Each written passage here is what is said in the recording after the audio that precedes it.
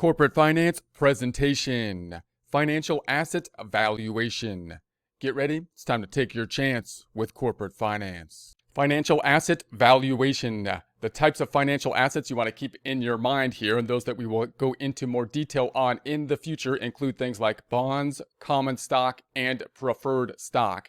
As we think about these things, we'll be using concepts we looked at in the past, including time value of money, present value kind of concepts. We also want to keep in mind that we're going to be using market type of concepts when we go through our valuation, because of course when we value these types of things, we have to value them based on something, based on market conditions. What can basically they sell for? What does the market think they are valued at? What does the market think that they are worth? Now, once we have that concept down from the corporate side of things, then we can start to think about how we can use different types of financial assets to help to fund our operations. So these things all kind of fit together. We've got the present value kind of concepts, time value of money concepts. We've got the financial asset valuation concepts using market conditions. And then how can we use these financial assets from the corporate side to finance operations? So the financial asset valuation is basically based on estimating the present value of future cash flows. So we're using those present value concepts. So if you're thinking about a market condition, what you're thinking about, how can we value some type of asset? We can try to list what the future benefits would be, what the future cash flows would be, and then we can present value them to get the value of the asset. So to do this, of course, it requires the use of a required rate of return or discount rate. So we got to have like the market rate, in other words, in order to make this kind of valuation judgment.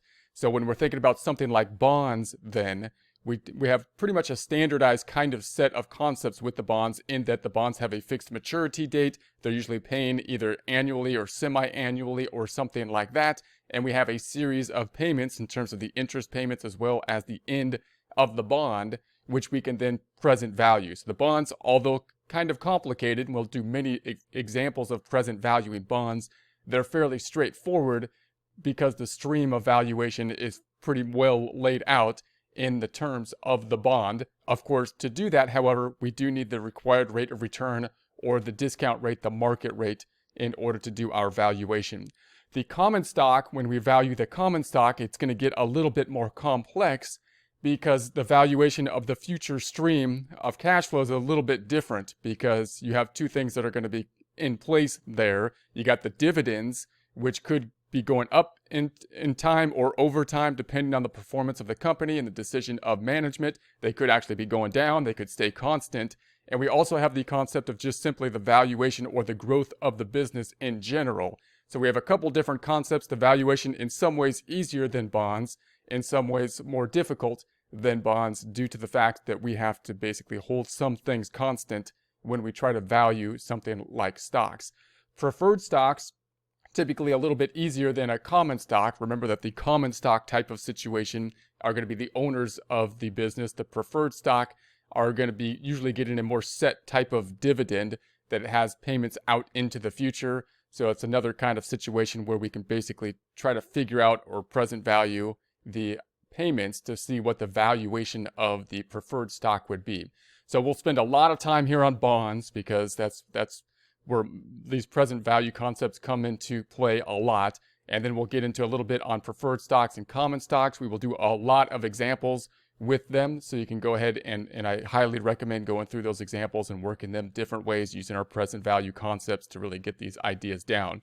Now, this required rate of return is something that we're going to have to figure from the market. It's going to be, the rate varies based on the market estimated risk level. So we're going to have to estimate. There's nothing really that's going to say, hey, this is the market rate. You're going to have to determine basically what the market rate is. And you can basically use comparisons for similar types of the financial assets to figure out what the going market rate would be. It could vary based on the level of risk that would be involved.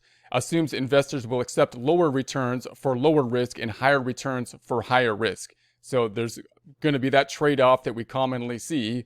For the higher risk situation, for people to take on higher risk, the potential for higher returns needs to be there. If there's a lower risk, then there could be, the market could then sell for a lower return to compensate for the lower risk that's being taken on. So bond yield to maturity. The yield to maturity or discount rate is the bondholder's required rate of return. So when we're talking about a bond, you could hear this called different things, right? This is going to be the amount that's not on the bond. So the information on the bond would basically be the face amount of the bond. You got the bond rate, the rate that would be on the bond that's going to be used to help to determine the interest that would be paid on the bond.